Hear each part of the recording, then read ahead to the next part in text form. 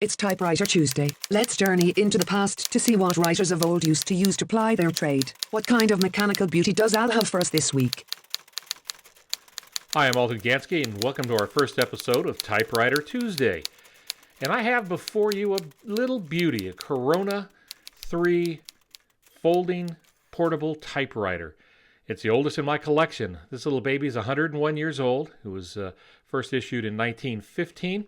This particular model, and it's the same model that Hemingway used as his first typewriter. It was given to him as a gift when he was, I think when he turned 20. Of course, he went on to have many other typewriters, but he had a model like this. This little beauty is unique in a number of ways, and it has held up well through the last century. As you can see, it's got great styling to it, and it also has just three rows. Really, we call them banks. It has a shift key and a figure key, which you don't see on most typewriters, and it allows you to do capital letters. Figure lifts the carriage even more so that the type bar will strike at the right place and you have figures above.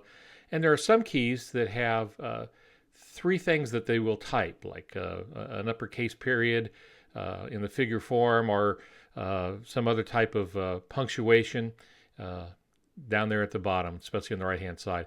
The other unique thing about this is if you are a touch typist, your little finger hangs off the right side when you put your hands on the home keys. There's just not quite enough keys. Now you can see there that this thing folds, and the reason it folds was the initial request for these typewriters was from salesmen who were traveling around the country, and they wanted to type up their sales orders.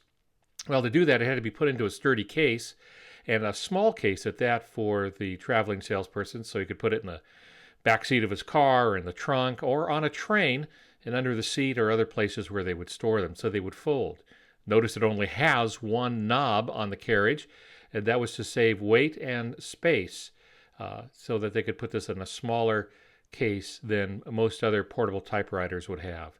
You just simply fold it back, and it is raring for action. Those are paper fingers. There's no bar across the front to hold the paper next to the platen, that rubber cylinder there.